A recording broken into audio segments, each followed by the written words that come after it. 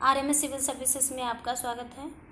ये गुप्त साम्राज्य का सेकंड वीडियो है। फर्स्ट वीडियो में चंद्रगुप्त प्रथम और समुद्रगुप्त को अध्ययन कराया जा चुका है और ये सेकंड वीडियो है जिसमें चंद्रगुप्त द्वितीय और साथ ही साथ शेष गुप्त साम्राज्य से संबंधित जो विशेषताएँ हैं, जैसे उसकी व्यवस्थाओं का अध्ययन करेंगे। आर्थिक, सामाजिक, राजनीतिक, सांस्कृतिक सभी मूल्यों का अध्ययन इसमें करेंगे, जो आने वाले एग्ज़ाम के लिए बहुत ही इम्पोर्टेंट है। जैसा कि गुप्त साम्राज्य जो है वो सभी एग्ज़ाम के लिए इम्पोर्टेंट है, प्री, मेंस, इंटरव्यू सभी तरह के। तो इसके गुप्त साम्राज्य के बारे में विस्तृत रूप से अध्ययन करना अति आवश्यक है। और साथ ही साथ फर्स्ट और सेकंड वीडियो के बाद मैं एक गुप्त साम्राज्य से संबंधित एक और वीडियो लाऊंगी जिसमें 100 क्वेश्चन कम से कम तो होंगे और गुप्त साम्राज्य से संबंधित जितने क्वेश्चन आए हैं और आने की संभावना है वो कुछ क्वेश्चन मैं बनाऊंगी, तो उसका भी अध्ययन करेंगे। वो काफ़ी इम्पॉर्टेंट होगा। प्रैक्टिस सेट लगाने से क्या होता है ना कि गुप्त साम्राज्य के जो जितने भी तथ्य होते हैं वो मजबूत हो जाते हैं, याद हो जाते हैं। तो चलिए स्टार्ट करते हैं। और एक इम्पॉर्टेंट है कि इस चैनल पे पॉलिटी का और जीएस का टेस्ट पेपर चल रहा है, तो आप उसका भी लाभ उठा सकते हैं। ओके, तो चलिए स्टार्ट करते हैं। गुप्त साम्राज्य है तो गुप्त साम्राज्य के अंतर्गत चंद्रगुप्त द्वितीय पढ़ेंगे। तो चंद्रगुप्त द्वितीय सबसे पहला पॉइंट है कि गुप्त साम्राज्य का इतिहास कालखंड में इसकी अवधि क्या है। ओके, तो इसकी अवधि जो है वो 285 से 85 ईस्वी से 550 मानते हैं। ओके, 50। किंतु यहाँ पे ये देखते हैं कि 285 जो है, सॉरी 285 जो ये है गुप्तों की वास्तविक शक्ति स्थापित नहीं हुई थी। ठीक है, 319 से वो स्टार्ट होती हैं। और जो छिन्न जो होता है, मतलब पतन का जो पतन की शुरुआत गुप्तों की होती है, वो हम मानते हैं कि 455 से स्टार्ट होती है। और गुप्त साम्राज्य का जो अंतिम पतन तक होता है, इसका ईस्वी जो है 550 तक हम मानते हैं कि 550 तक ये समाप्त हो गया था। ओके, तो इसे ध्यान रखिएगा कि वास्तविक जो गुप्त साम्राज्य जो वास्तविक शक्तियाँ थी वो 455 तक चलती है। उसके बाद फिर हुनों लोग का आक्रमण होता है, तो ये सब ध्यान रखिएगा। ओके, 550 तक ये चलती है। और इसके बाद जो है गुप्त साम्राज्य के बाद गुप्तोत्तर काल आरंभ होता है। ओके, तो चंद्रगुप्त द्वितीय। अभी इम्पोर्टेंट ये है कि गुप्त साम्राज्य के प्रमुख शासक कौन हैं। तो इसके पिछले स्लाइड में भी मैं ये बता चुकी हूँ, पिछले वीडियो में। तो यहाँ पे भी देख लेते हैं क्योंकि ये तो इम्पोर्टेंट है, सभी प्रमुख शासक और उसका सीरीज वाइज। तो सीरीज ये है कि सबसे पहला जो शासक हैं वो श्रीगुप्त हैं। तो गुप्त साम्राज्य के संस्थापक कौन हैं? तो श्रीगुप्त हैं। ओके, सेकंड जो आते हैं वो घटोत्कच आते हैं। पर इन दोनों शासकों के बारे में कहा गया है कि ये जो दोनों शासक जो हैं वो स्वतंत्र शासक नहीं थे, क्योंकि उस समय जो होते थे महाराज की उपाधि महाराज की उपाधि धारण किए थे इन लोगों ने। ठीक है, दोनों शासकों ने महाराज की उपाधि धारण किए। और महाराज उस समय की जो उपाधि होती थी वो सामंतों की उपाधि थी।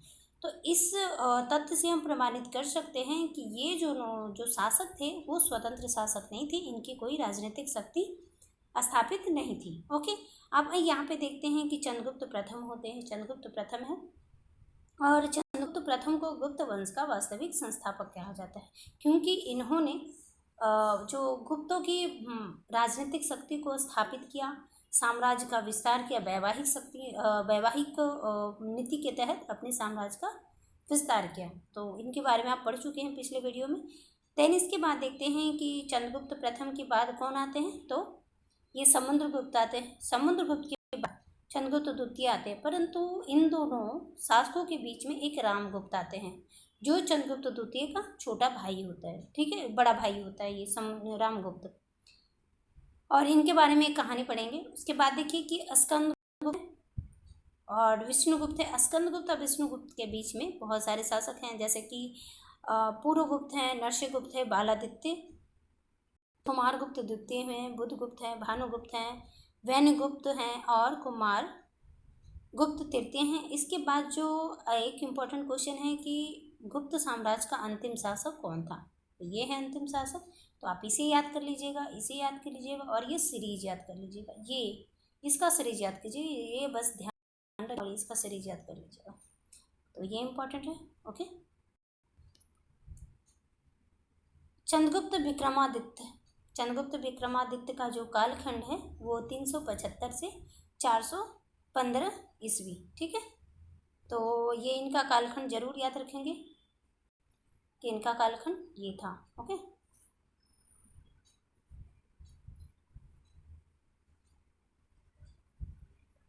राजधानी इनकी कहाँ थी? तो राजधानी इन्होंने स्थानांतरित किया था, पाटलिपुत्र से उज्जैन कर दिया था। गुप्त वंशावली में समुद्रगुप्त के पश्चात चंद्रगुप्त द्वितीय का नाम उल्लेखित है, परंतु इन दोनों शासकों में रामगुप्त नामक एक दुर्बल शासक का भी अस्तित्व प्राप्त होता है। और किस में प्राप्त होता है? तो ये क्या है, विशाख दत्त का देवी चंद्रगुप्तम पुस्तक में इसकी कहानी लिखा गया है।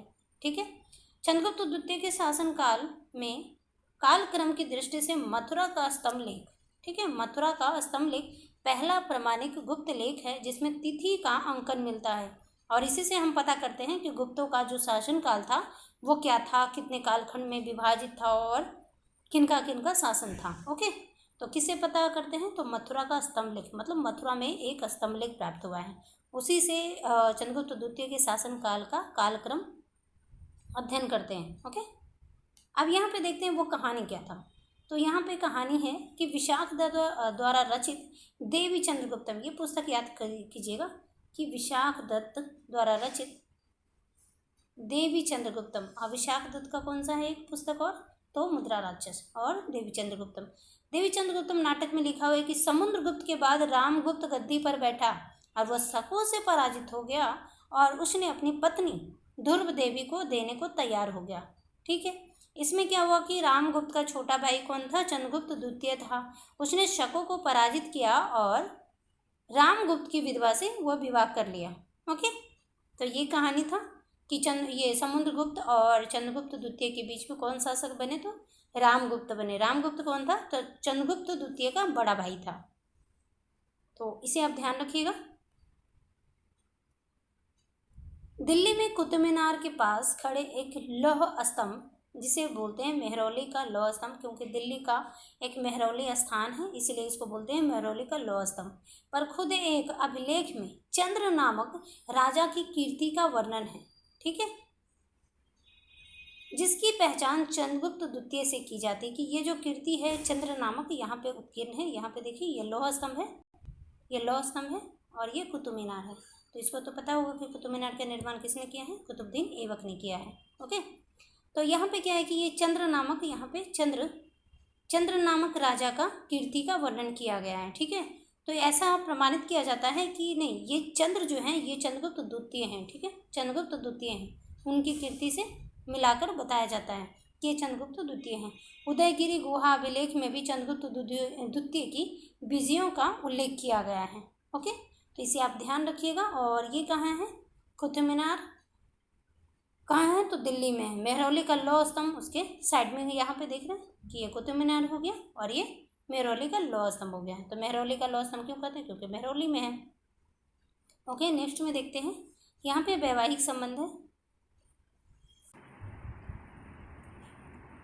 वैवाहिक संबंध एवं साम्राज्य विस्तार। ठीक है, तो ये चंद्रगुप्त द्वितीय ने वैवाहिक संबंध किया और अपना विस्तार किया।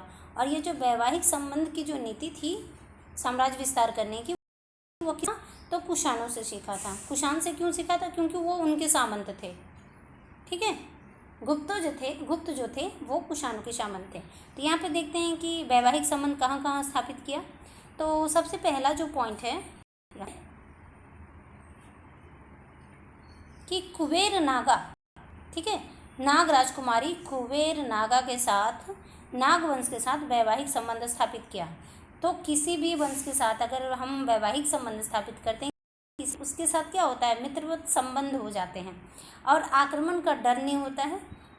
और उनसे अगर मित्रवत संबंध हो तो आसपास के क्षेत्र को हम इजी वे से जीते। ये जो है कुबेर नागा से, देख रहे हैं, कुबेर नागा से वैवाहिक संबंध स्थापित कर लेते हैं। कुबेर नागा पत्नी हो जाती है। सेकंड देखिएगा कि वाकाटक वंश के राजा रुद्रसेन द्वितीय, देख रहे हैं ना, ये वाकाटक, तो रुद्रसेन द्वितीय के साथ अपनी पुत्री का विवाह कर देते हैं। पुत्री इनकी कौन थी? तो प्रभावती।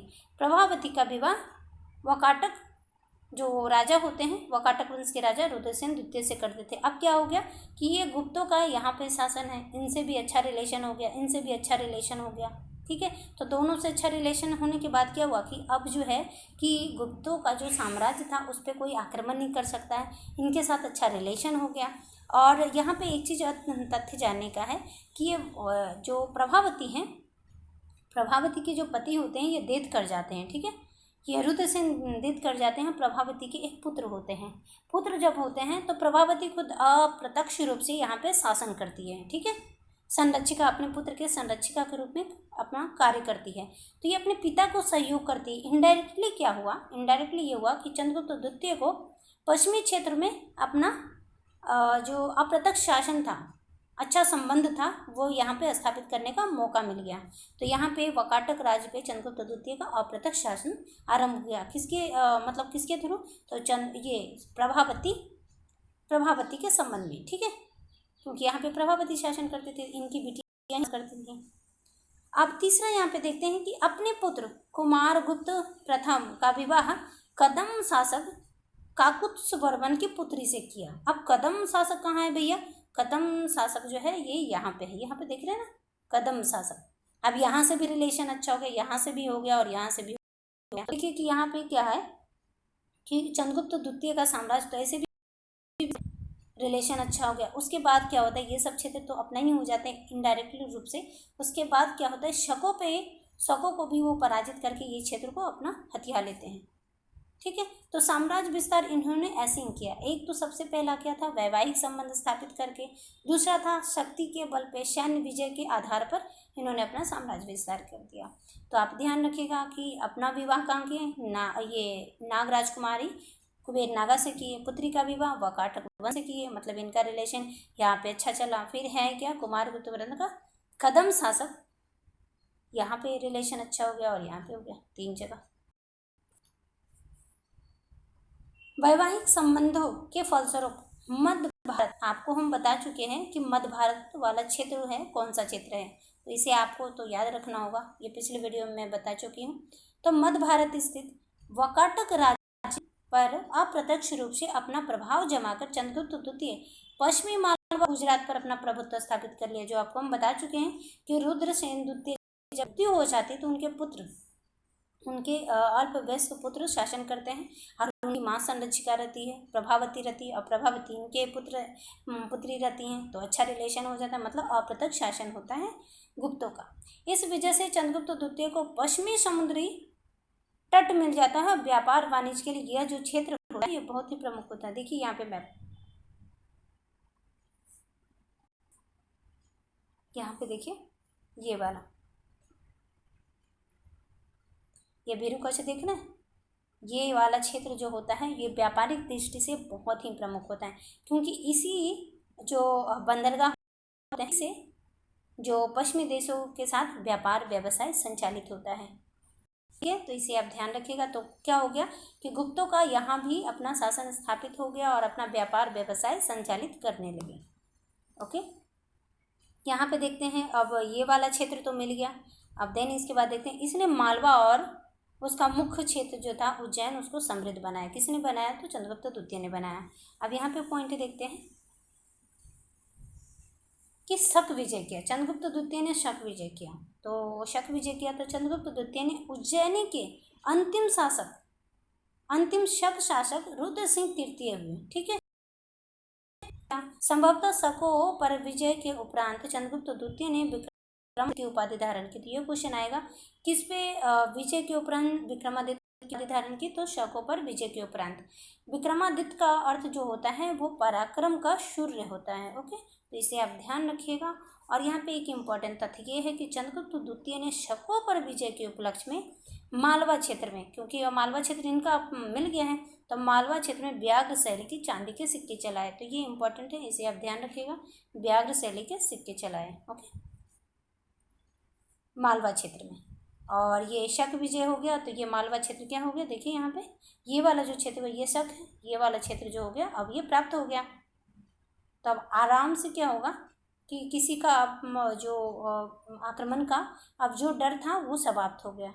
अब व्यापार व्यवसाय भी संचालित कर सकते थे, तो इससे क्या होगा कि जो गुप्त साम्राज्य की जो चंद्रगुप्त द्वितीय का जो साम्राज्य था, एक तो समृद्ध होने के साथ साथ राजस्व भी अधिक आने लगा, व्यापार व्यवसाय से फायदे होने लगे। ओके, तो इसे आप ध्यान रखिएगा। जब वो पैसे अधिक हो जाते हैं तो क्या होता है, कला संस्कृति का विकास होता है। इसीलिए चंद्रगुप्त द्वितीय ने अपनी कला संस्कृति साहित्य शैक्षणिक व्यवस्था को मजबूत किया। इसीलिए इतिहास में ये जो गुप्त साम्राज्य को स्वर्ण युग कहा जाता है। ओके, और विशेषकर चंद्रगुप्त द्वितीय के काल को स्वर्ण युग कहा जाता है, क्योंकि सांस्कृतिक जो उपलब्धियां थी वो चंद्रगुप्त के समय ज़्यादा हुई थी। अब यहाँ पे ये देख लेते हैं, साम्राज्य है शक विजय का, शक यहाँ पे शक विजय हुआ था और ये शक यहाँ पे शासन कर रहे थे, तो इन सब क्षेत्रों पे विजय कर लिए। अब ये क्षेत्र जो हो गया ये चंद्रगुप्त द्वितीय का हो गया। तो ये चंद्रगुप्त प्रथम का जो अभियान था ये वाला क्षेत्र अपना आरंभ किया। उसके बाद ये समुद्रगुप्त का विजय था, ये विजय अभियान था, और इसके बाद ये जो हो गया ये शासन हो गया चंद्रगुप्त द्वितीय के द्वारा ये विजित कर लिया क्षेत्र। और यहाँ पे तो जानते हैं कि अपने पुत्र का विवाह यहाँ किए, पुत्री का विवाह यहाँ किए। ये वाला क्षेत्र भी अप्रत्यक्ष रूप से इनके हाथ में आ गया था। ठीक है, प्रत्यक्ष नहीं कहेंगे, यह अप्रत्यक्ष शासन था। अब यहाँ पे ये देखेंगे कि चंद्रगुप्त प्रथम ने क्या क्या उपाधियाँ धारण की। तो उपाधियाँ इम्पोर्टेंट है। तो उपाधियाँ जो धारण की, ये विक्रमांक की उपाधि धारण की। उसके बाद है विक्रमादित्य की उपाधि। ओके, और इसके बाद है परम भागवत की उपाधि, परम भागवत की उपाधि धारण की। नाम क्या क्या था, ये इंपॉर्टेंट है, क्वेश्चन में आ चुका है। तो नाम क्या क्या था चंद्रगुप्त द्वितीय का, तो शकारी था, शकारी। ठीक है, शकारी क्यों कहा गया, शकों पर विजय पाने वाले को शकारी कहा गया। और शकों पर विजय प्राप्त किसने किया, तो चंद्रगुप्त द्वितीय ने किया, इसलिए इनको शकारी कहा गया। देवगुप्त, ठीक है, इनको देवगुप्त भी नाम था, देवराज था, देवश्री था। ओके, देवश्री था। तो इसे आप ध्यान रखिएगा कि शकारी शकों पर विजय का, उसके बाद देवगुप्त, देवराज और देवश्री। तो इसे आप ध्यान रखिएगा कि उपाधि क्या क्या था और नाम क्या क्या था। ओके, अब कला संस्कृति के बारे में जान लेते हैं। तो कला संस्कृति जो है चंद्रगुप्त द्वितीय के शासन काल का स्मरण युद्धों के कारण नहीं, बल्कि कला एवं साहित्य के प्रति उनके अगाध अनुराग के कारण किया जाता है। जैसा कि हम आपको बताएं कि इस कालखंड को हम क्या कहते हैं, स्वर्ण युग कहते हैं। और उनके दरबार में 9 विद्वानों की एक मंडली होती थी। ठीक है, एक मंडली निवास करती थी जिसे नवरत्न कहा गया, नवरत्न कहा गया। क्वेश्चन आएगा कि ये नवरत्न कौन थे, तो नवरत्न जो थे वो 9 विद्वानों की एक मंडली होती थी।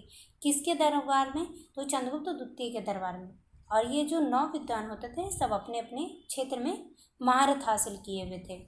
इसके बाद देखते हैं कि चंद्रगुप्त द्वितीय के समय पाटलिपुत्र और उज्जैनी विद्या का प्रमुख केंद्र बन गया था, इसे आप ध्यान रखिएगा। और चंद्रगुप्त द्वितीय के जो सचिव थे, यहाँ पे ध्यान रखिएगा आप कि चंद्रगुप्त द्वितीय का सचिव वीरसेन था, जबकि सेनापति जो था आम्रकर्दव ये बौद्ध हुआ। इसका मतलब समझे कि ये जो सचिव वीरसेन था यानी शैव धर्म से संबंधित था, और ये सेनापति आम्रकर्दव जो था ये बौद्ध धर्म से संबंधित था। मतलब इसका मतलब ये हुआ कि चंद्रगुप्त द्वितीय ने किसी भी धर्म के प्रति भेदभाव की नीति नहीं अपनाया, सभी को संरक्षण दिया। इसका मतलब ये भी होगा कि उन्होंने जो गुणवत्ता को ज़्यादा ध्यान दिया कि ये सचिव अच्छा काम करते हैं इसलिए इनको रखे हुए हैं। ठीक है, अपने साम्राज्य विस्तार के लिए, अपने साम्राज्य को संगठित सुव्यवस्थित करने के लिए आम्रकर्दव को और वीरसेन को रखा था। और मतलब कोई भी धर्म हो उनमें भेदभाव की नीति इन्होंने नहीं अपनाई, मतलब सभी धर्म को समान भाव से देखा। तो ये इसका मतलब ये होगा। और एक इम्पोर्टेंट ये है कि चंद्रगुप्त द्वितीय का जो काल था वो ब्राह्मण धर्म का चरमोत्कर्ष का काल था। ब्राह्मण धर्म से संबंधित जितने भी क्रियाकलाप थे उसका चरमोत्कर्ष का काल था, बढ़ाया गया, संरक्षित किया गया। यज्ञ वगैरह तो होते थे, उच्च वर्ग के लोग करते थे, और छोटे जो वर्ग होते थे वो यज्ञ के स्थान पर उपासना पे ज़्यादा ध्यान देते थे। तो ये सब इम्पोर्टेंट तथ्य है जिसे याद रखिएगा। ओके, अब यहाँ पे नवरत्न है, तो देखते हैं कि नवरत्न कौन कौन से थे। तो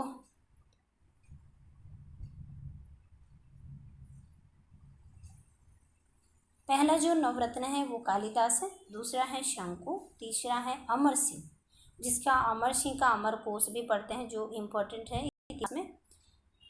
और फिर है छपनक, छपनक भी ध्यान रखिएगा, वरुचि है, घटपर्व है, फिर वराहमिहिर है। वराहमिहिर बहुत ही बड़े ज्योतिष विद्या के विशेषज्ञ होते हैं। वेताल भट्ट हैं जो जादूगर होते हैं। धन्वंतरि चिकित्सक होते हैं। कालिदास तो जानते हैं।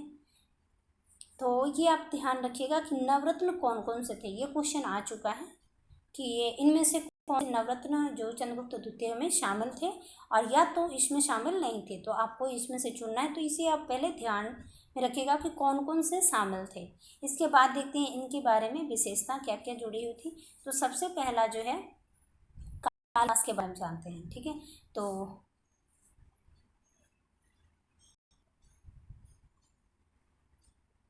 कालिदास के बारे में ये है कि कालिदास जो है वो नवरत्न, यहाँ पे नवरत्न है, 9 रत्न है।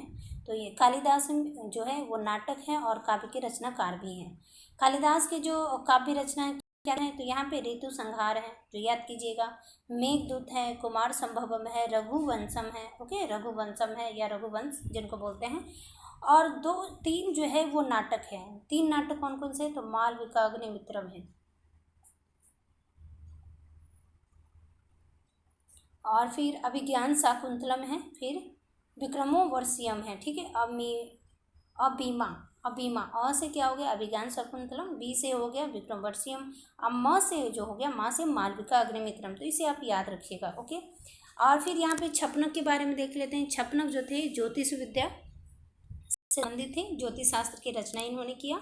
उसके बाद धन्वंतरि, जिसे आप जानते हैं, बहुत ही इंपॉर्टेंट है। धन्वंतरि जो थे वो चिकित्सा से जुड़े हुए थे। आप इसे ध्यान रखिएगा कि कौन किससे जुड़े हुए थे। ये क्वेश्चन आएगा, टफ क्वेश्चन बनाने के लिए ये आएगा। तो धन्वंतरि जो थे वो चिकित्सा से जुड़े हुए थे, आयुर्वेद की रचना किए। फिर अमर सिंह जो शब्दकोश से संबंधित थे और ये जो है अमरकोश की रचना, पुस्तक की रचना की है। उसके बाद ये क्वेश्चन आ चुका है अमरकोश का। ये आईएएस में भी क्वेश्चन आ चुका है, पीसीएस में तो हर बार कहीं ना कहीं क्वेश्चन ये आता है। ये क्वेश्चन आता है और ये ज़्यादा आता है और ये आता है। बाकी तो सबका विषय इंपॉर्टेंट है। जैसे कि नेट का एग्ज़ाम देते हैं तो ये तो पूरा ही इंपॉर्टेंट है, कोई भी छाटने लायक नहीं है। अदर पीसीएस का एग्ज़ाम देते हैं तो कुछ कुछ चीज़ें यहाँ पे इंपॉर्टेंट है, जैसे कि ये बृहद संहिता, इनके बारे में जानना जरूरी है। फिर ये जो धन्वंतरि है इनके बारे में, कालिदास के कौन कौन से नाटक हैं। तो अबीमा याद रखिएगा, अबीमा तो आपको याद रहेगा। उसके बाद देखिए वराहमिहिर खगोल विज्ञान से संबंधित है। इनकी 2 पुस्तक है, एक है बृहद संहिता और दूसरा है पंच सिद्धांत का। ओके, वरुचि है, वरुचि जो है वो व्याकरण से संबंधित है और इन्होंने संस्कृत व्याकरण की रचना की। शंकु जो है वास्तु कला से संबंधित है, शिल्प शास्त्र की रचना की। वेताल भट्ट एक जादूगर हैं। ओके, वेताल भट्ट कौन है, तो जादूगर हैं। और लास्ट वाला जो है वो है घटक पर जो है ये कवि थे और कविता की रचना इन्होंने किया है। तो आप इसे याद। ओके, ये नवरत्न है। नवरत्न का सबसे इम्पोर्टेंट ये है कि ये किस क्षेत्र से जुड़े हैं, तो इसे आप ध्यान रखिएगा। ओके, और ये तो प्री के एग्जाम के लिए कि कालिदास के जो काव्य क्या हैं, कौन कौन से हैं काव्य और नाटक कौन से हैं, तो आप इसे याद रखिएगा। अब यहाँ देखते हैं कि चंद्रगुप्त द्वितीय के काल में चीनी यात्री फाहियान आया था। ओके, कालखंड देख ही रहे हैं कि कालखंड क्या था, तो 399 से 414 AD तक था। ठीक है, चीन मध्य एशिया पेशावर के स्थल मार्ग से भारत आया और समुद्री मार्ग से गया। ठीक है, तो इसे आप ध्यान रखिए, आया स्थल मार्ग से और गए जो थे वो समुद्री मार्ग से। वर्णन क्या क्या किए, इनकी जो पुस्तक थी फीयू की याद रखिएगा, हिंसों फीयू की है और जो फाहियान का है वो फीयू की है। तीनों ने अपने बुक यात्रा वृत्तांत में क्या क्या वर्णन किए इसके बारे में देख लेते हैं। तो मध्य देश ब्राह्मणों का देश था। अब आपको हम पिछले वीडियो में बता चुके हैं कि मध्य देश जो है वो मध्य देश का कौन सा क्षेत्र आता है, पिछले वीडियो में आप देख सकते हैं कि मध्य देश कौन कौन से क्षेत्र आते हैं।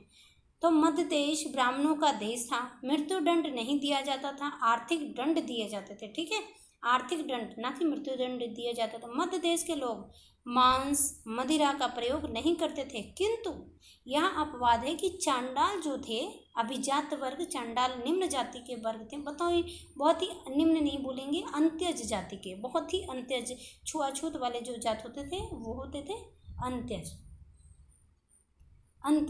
ये अंतेज होते थे, जिसको हम बोलते थे चांडाल। वो क्या करते थे कि मांस मंदिरा ये सब खाते थे, और ये बेचते भी थे, क्रय विक्रय भी वही करते थे।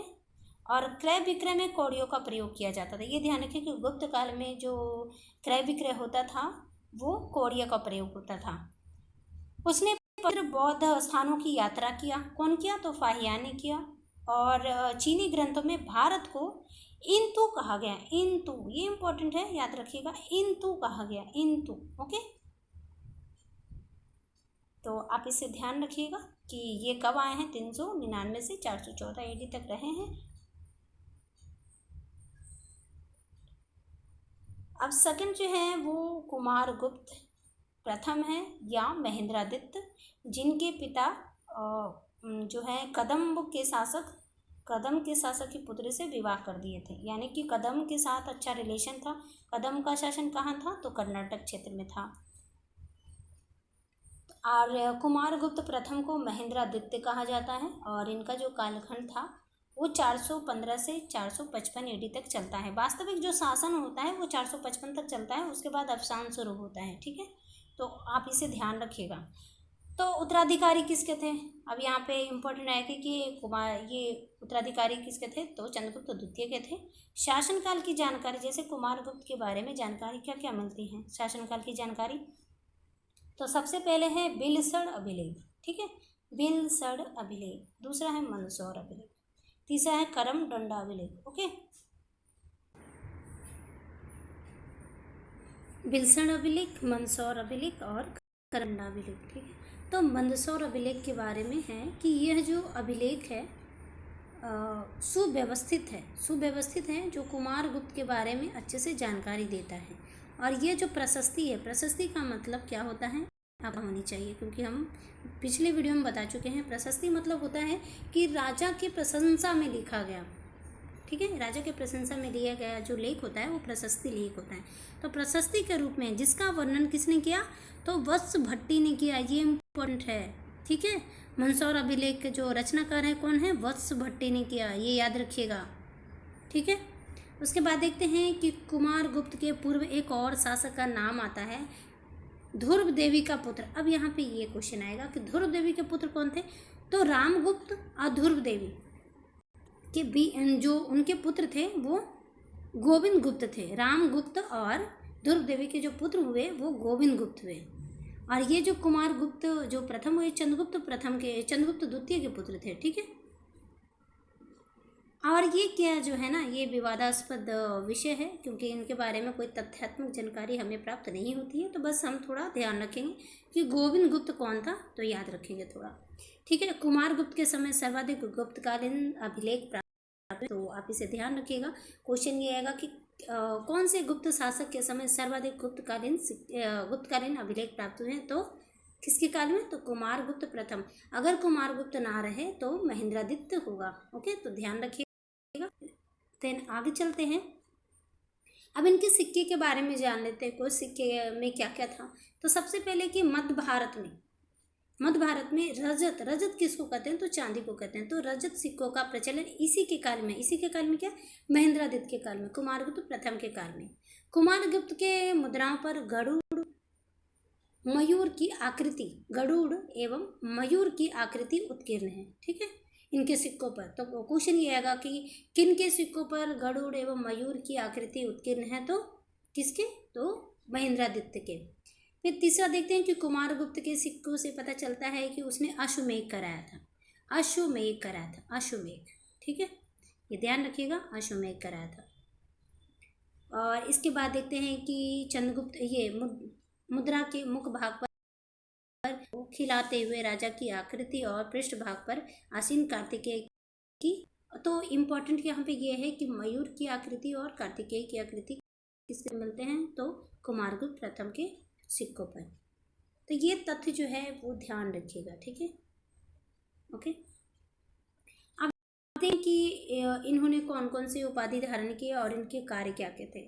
तो इन्होंने जो उपाधि धारण की वो महेंद्रादित्य कुमारगुप्त प्रथम को महेंद्रादित्य कहते हैं, श्री महेंद्र कहते हैं और अश्वमेघ कर्ता कहते हैं। अश्वमेघ, क्योंकि इन्होंने अश्वमेघ किया था इसलिए इन्हें अश्वमेघ कर्ता कहते हैं। ठीक है, और जो आप चित्र देख रहे हैं, ये जो चित्र है ये है नालंदा विश्वविद्यालय का चित्र, और नालंदा विश्वविद्यालय कहाँ है तो बिहार नालंदा डिस्ट्रिक्ट में है। ओके, और कुमारगुप्त प्रथम के अंतिम दिनों में पुष्यमित्र नामक जातियों ने आक्रमण किया। स्कंदगुप्त पुष्यमित्रों को पराजित करने में सफल हुआ, जो हम आपको मैप में बताएंगे।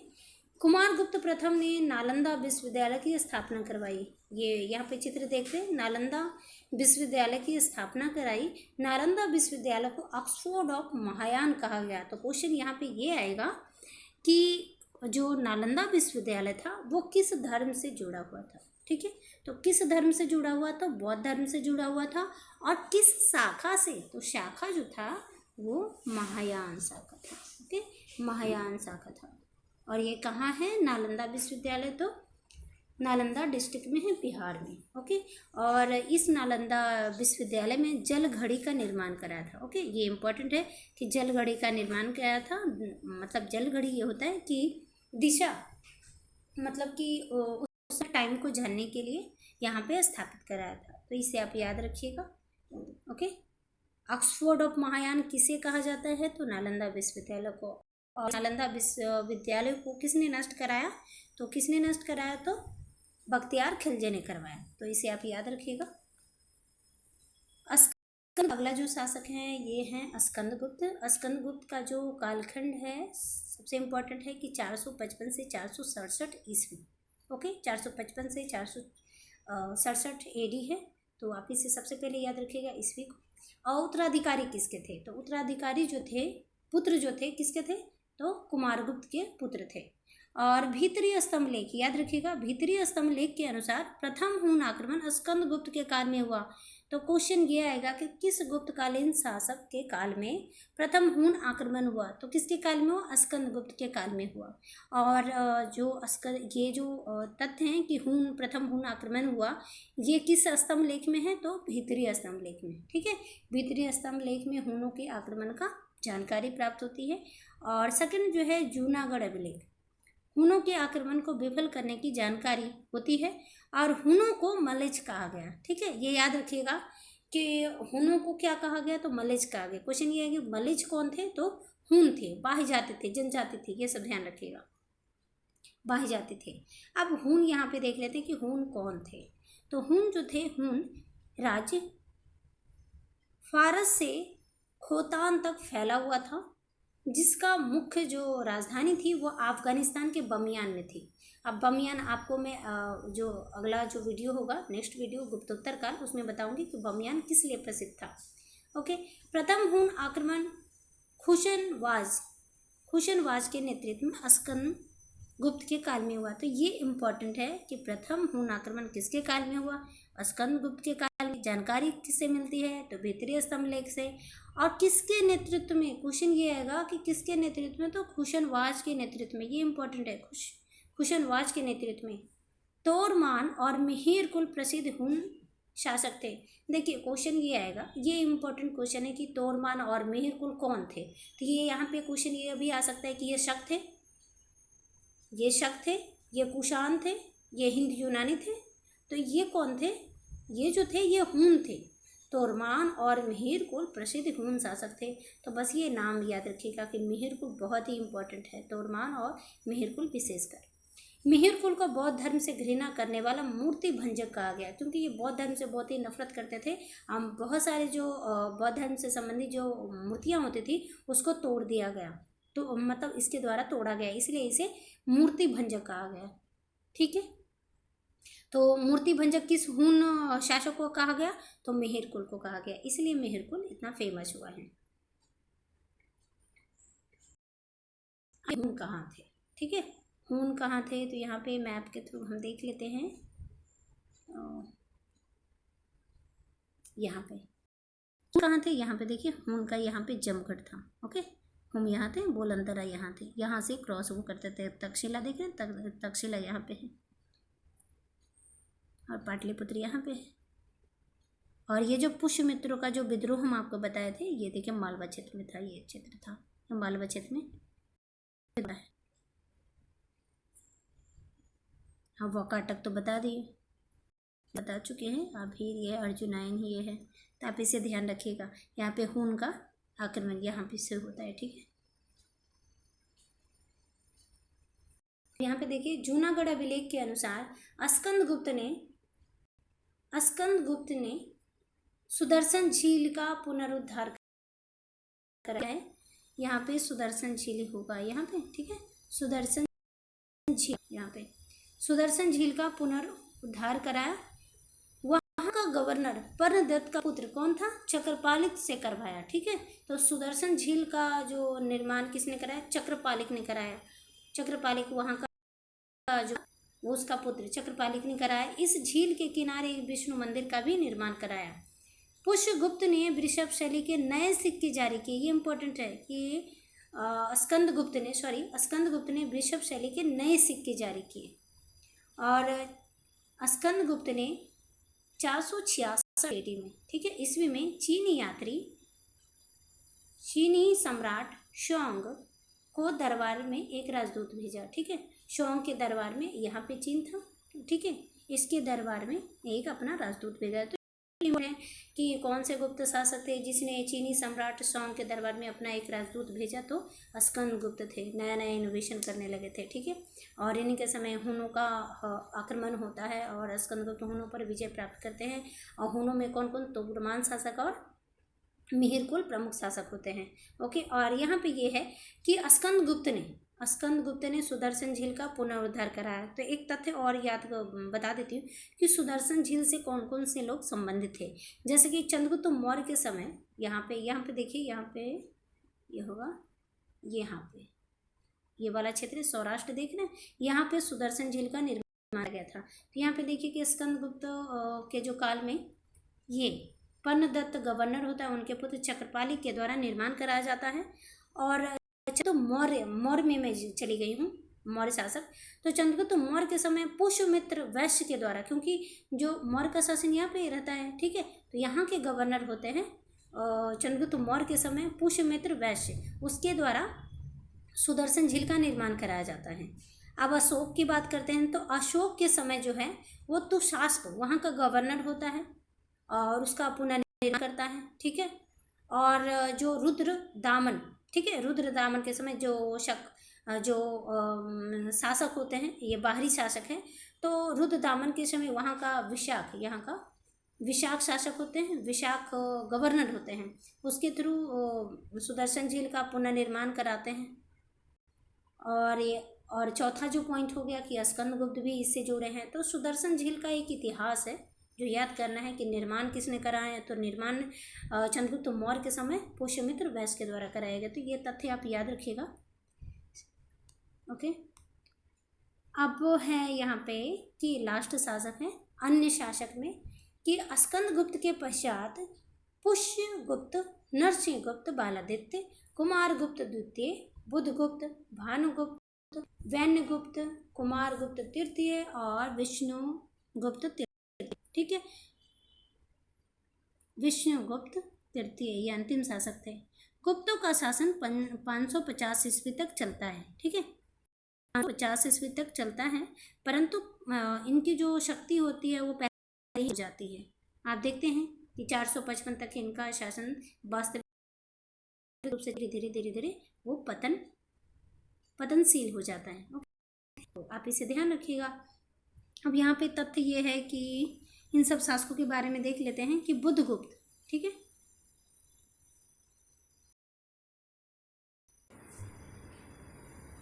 बुधगुप्त ने नालंदा महाविहार को धन जो था वो दान दिया था बुधगुप्त ने।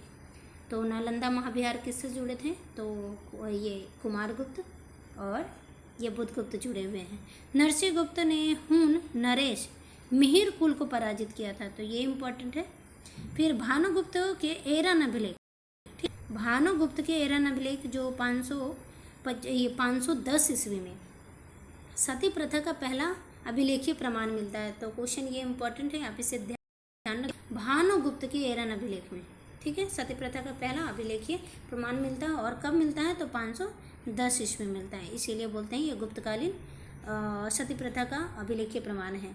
लास्ट देखते हैं कि विष्णुगुप्त तृतीय गुप्त वंश का अंतिम शासक, ठीक है, अंतिम शासक। उसके बाद गुप्तों का पतन हो जाता है और बाद में क्या होता है कि इसके बाद गुप्तोत्तर काल आता है। गुप्तोत्तर काल में बहुत सारे जो छोटे छोटे शासक साम्राज्य का स्थापना होता है, जैसे वंशजों का स्थापना होता है। जैसे कि यहाँ पे देखते हैं कि वल्लभी के मैत्रक वंश का, कन्नौज में मौखरी वंश का शासन, थानेश्वर में पुष्यभूति वंश का शासन। और ये जो पुष्यभूति वंश का जो शासन होता है ये इम्पोर्टेंट है उत्तरी भारत क्षेत्र में, क्योंकि इसी में वर्धन वंश शासक होते हैं। हर्षवर्धन जो शासक होते हैं वे इन्हीं के वंशावली से संबंधित होते हैं, पुष्यभूति वंश से संबंधित होते हैं। तो ये मैं नेक्स्ट वीडियो में बताऊंगी। ओके, हर्षवर्धन का शासन, तो आप इसे ध्यान रखिएगा। ओके, सबके कार्य याद कीजिएगा। अब है गुप्तों का प्रशासन के बारे में, जो इम्पोर्टेंट है कि गुप्त प्रशासन एक विशाल साम्राज्य था। जैसा कि आपको मैं बता चुके हैं कि गुप्तों का बहुत ही बड़ा शासन था, प्रत्यक्ष शासन था और शासन था, दोनों प्रकार के शासन संचालित किए जा रहे थे। राजधानी कहाँ थी? तो पाटलिपुत्र और दूसरी राजधानी जो था वो उज्जैन में स्थानांतरित किया था। किसने किया था? तो गुप्त द्वितीय ने किया था। तो इसे आप याद रखिएगा कि 2 जगह इनकी राजधानी थी। राजतंत्रात्मक एवं वंशानुगत शासन व्यवस्था थी, ठीक है, यहाँ पे है कि राजतंत्रात्मक शासन थी। राजतंत्रात्मक राजा का शासन था और वंशानुगत शासन थी, मतलब कि उनके पुत्र मतलब लगातार क्रमानुसार सबके पुत्र का शासन संचालित होगा। किंतु ज्येष्ठ अधिकार, ठीक है, ज्येष्ठ अधिकार का जो शासन था वो नहीं था। ज्येष्ठ अधिकार का मतलब होता है कि बड़े पुत्र को ही राजा बनाया जाएगा, ऐसा मतलब कि ऐसा नहीं देखा गया। छोटे पुत्र को भी गुप्त काल में बनाया जाता था, तो ज्येष्ठाधिकार का पालन नहीं किया गया। प्रमुख, हाँ यहाँ पे ये है, इसको मैं बाद में बताती हूँ। यहाँ पे देखते हैं कि सम्राट जो होता था प्रमुख था, केंद्रीय भूमिका निभाता था। सम्राट या राजा होता था, और राजा और सम्राट को जो सहायता करने के लिए मंत्री परिषद होती थी। बहुत सारे मंत्रियों का एक संगठन होता था, जोड़ होता था, परिषद। इसके बाद देखते हैं कि संपूर्ण जो प्रांत होते हैं, ठीक है, संपूर्ण जो प्रांत ये साम्राज्य होता है उसको प्रांत में विभाजित कर दिया गया। प्रांत को क्या कहते थे? भुक्ति कहा गया और राष्ट्र कहा गया, ठीक है। तो प्रांत हो, भुक्ति हो या राष्ट्र हो, इन सभी को एक ही नाम दिया गया है। प्रांत को फिर जिलों में विभाजित किया गया। जिला को प्रदेश भी कहते थे और विषय कहते थे। इसके जो प्रमुख शासक होते थे, यहाँ के जो शासक जिला के होते थे कुमारा मात होते थे, ठीक है।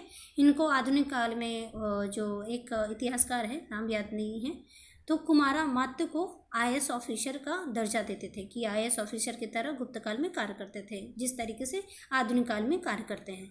तो ठीक है, तो जिला को प्रदेश या विषय कहा जाता था और इसके प्रमुख को विषयपति या कुमारा मात कहा जाता था। इसे ध्यान रखिएगा। लास्ट में है स्थानीय स्वशासन, ठीक है। स्थानीय स्वशासन जैसे कि वर्तमान समय में जो नगरीय ये स्थानीय स्वशासन है, अनुच्छेद 243 में वर्णन है स्थानीय स्वशासन। तो एक से गुप्त काल में भी था, जैसे कि किसी भी वंशावली में तो ये तो रहता ही है ना कि स्थानीय स्वशासन एक जो हायरार्की होता है, ठीक है, कि राजनीतिक व्यवस्था का जो होता है क्रमानुसार होता है। जैसे कि पहला केंद्रीय शासन हुआ, फिर प्रांतीय शासन हुआ, केंद्रीय शासन हुआ, फिर जिला स्तरीय शासन हुआ, ये इसको बोलते हैं प्रांत स्तरीय शासन, उसके बाद जिला स्तरीय शासन और लास्ट में जो हो गया ग्रामीण स्तरीय शासन। तो ये जो था स्थानीय शासन था, जिसके प्रमुख जो होते थे ग्राम की होते थे या जिनको महत्तर कहा जाता था। महत्तर, ये इंपॉर्टेंट है, ये महत्तर क्वेश्चन आ चुका है। तो ग्राम की कहा जाता था या महत्तर कहा जाता था। और ग्राम से संबंधित जितने, जैसे कि सिंचाई करवाना होता था, राजस्व की वसूली करना होता था, भूमि का विक्रय करना होता था, ये सभी जो कार्य होते थे वो ग्राम की करते थे। तो बस इससे ध्यान रखिए। वर्तमान में जोड़ के देखिए कि जो मुखिया क्या करते हैं, वर्तमान में मुखिया लोग क्या करते हैं, तो आज के समय के उस समय के जोड़ के देख लीजिएगा, तो ये ध्यान रहेगा। तो ये हायरार्की याद कर लीजिएगा कि हायरार्की में क्या क्या आते हैं और उस समय क्या क्या, जैसे जिला, प्रदेश, विषय होते थे वो सब सेम है। और इसके प्रमुख को कुमारा मात कहा जाता था या विषयपति कहा जाता है। यहाँ पे नहीं लिखी हूँ विषयपति, तो विषयपति भी कहा जाता था। अब यहाँ पे देखिए कि गुप्त काल में राजा ही सर्वोच्च न्यायाधीश होता था, क्योंकि ये केंद्रीय भूमिका निभाता था, वो सर्वोच्च न्यायाधीश होता था। सेनापति, सेना में प्रमुख वही होता था, राजा होता था। इसका मतलब ये होगा कि जो सर्वोच्च राजसत्ता साम्राज्य की सर्वोच्च सत्ता का जो केंद्र था वो राजा में नहीं था, यानी राजा ही सर्वोच्च शक्ति का केंद्रीय भूमिका निभाता था। तो गुप्त काल में सबसे बड़े जो अधिकारी होते थे, ठीक है, अधिकारी होते थे, वो कौन होते थे? तो कुमारामात होते थे, ठीक है, कुमारामात होते थे। राजा उन्हें प्रांत में नियुक्त करता था, ठीक है, राजा उन्हें प्रांत में नियुक्त करता था और वे नगद वेतन पाते थे। यहाँ पे देखिए,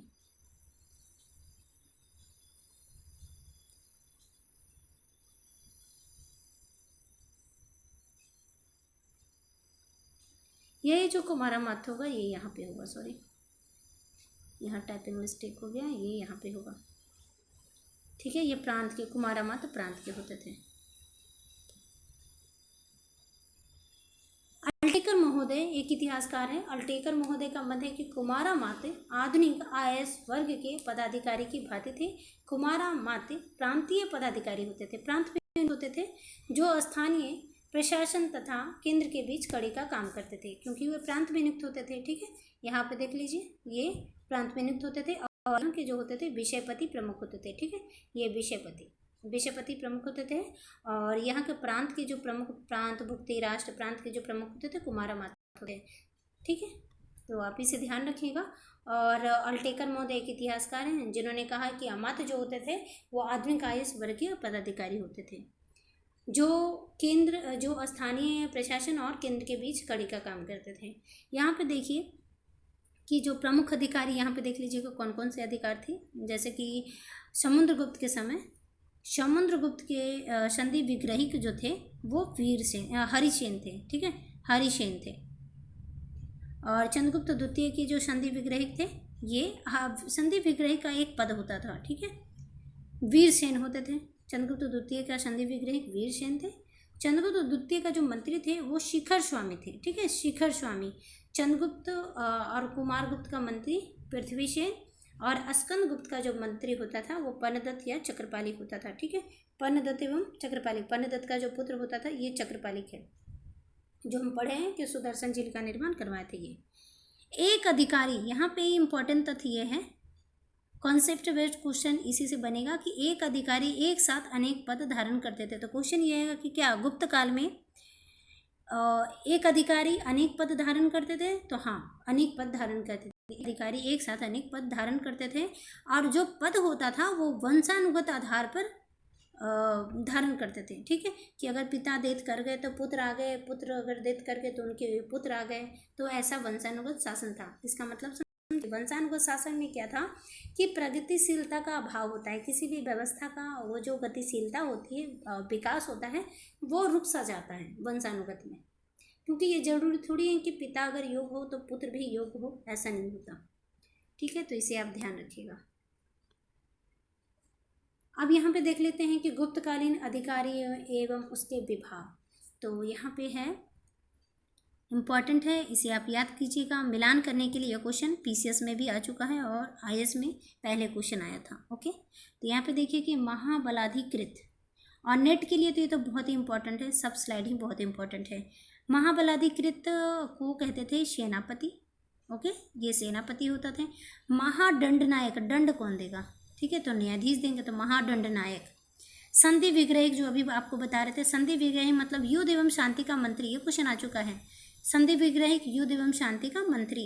दंडपाशिक, दंडपाशिक मतलब पुलिस विभाग का सर्वोच्च अधिकारी जो होता था वो दंडपाशिक कहते थे। विनय स्थिति स्थापक, शिक्षा और धर्म से संबंधित अधिकारी, ओके, शिक्षा से भी और धर्म से भी संबंधित जो अधिकारी होते थे वो विनय स्थिति स्थापक होते थे। भंडागाराधिकृत, ये जो होते थे राजकोष अधिकारी होते थे। महज पटलिक जो होते थे वो अभिलेख विभाग का सर्वोच्च अधिकारी होता था, ओके।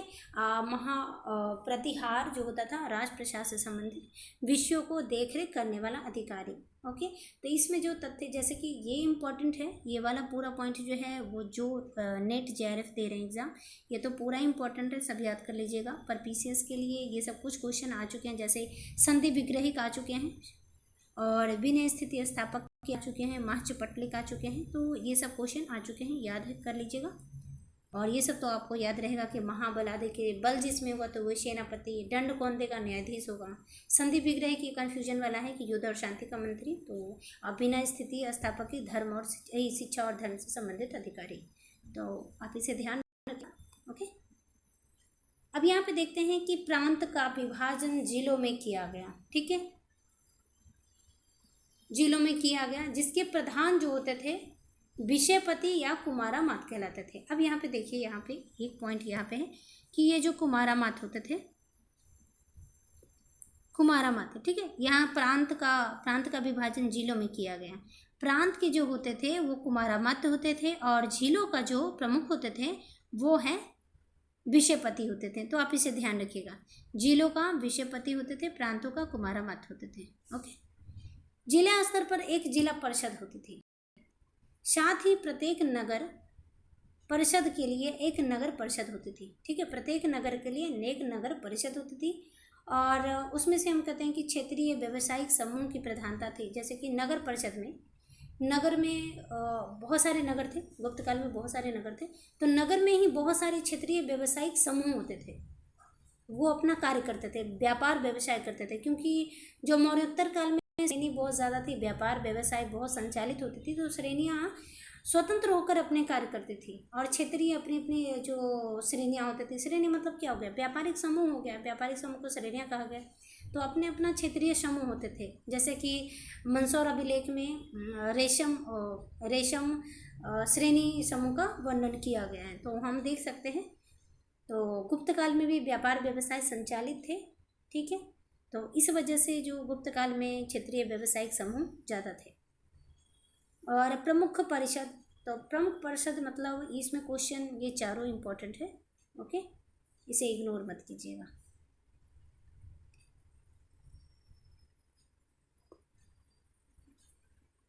नगर श्रेष्ठी पूंजीपति वर्ग का जो नेता होता है नगर श्रेष्ठी कहते हैं। सार्थवा, ये क्वेश्चन बहुत बार आ चुका है। सार्थवा ये विषय के व्यापारिक का जो नेता होता था वो सार्थवा कहलाता था। तो क्वेश्चन ये आ चुका है कि सार्थवा कौन था, तो व्यापारिक गतिविधि से जो संबंधित होते थे वो सार्थवा कहलाते थे। अब आपको ये आ जाएगा कि विषय के व्यापारिक के नेता होते थे, तो हाँ होते थे, तो ये हो गया। प्रथम कुलीप, ये क्वेश्चन भी आ चुका है। कारीगर समुदाय का जो प्रमुख होता था वो प्रथम कुलीक होता था। ओके, और लिप्को का प्रधान, जैसे प्रथम कायस्थ होता था तो लिप्को का प्रधान लिप्को का प्रधान कहलाता था वो प्रथम कायस्थ। तो प्रथम कायस्थ किसे कहते हैं, प्रथम कुलीक किसे कहते हैं, सार्थवा और नगर श्रेष्ठी। तो इसे आप याद कर लीजिएगा। ओके, और बाकी सब तो इम्पोर्टेंट है, बाकी सब देख लीजिएगा कि प्रांत का विभाजन जिलों में होता था, जिसके प्रधान को हम विषयपति कहते थे। और ये जो यहाँ पे या लिखा हुआ है ना, इसको आप कर दीजिएगा, या ये प्रांत के जो प्रमुख होते थे कुमारामात होते थे।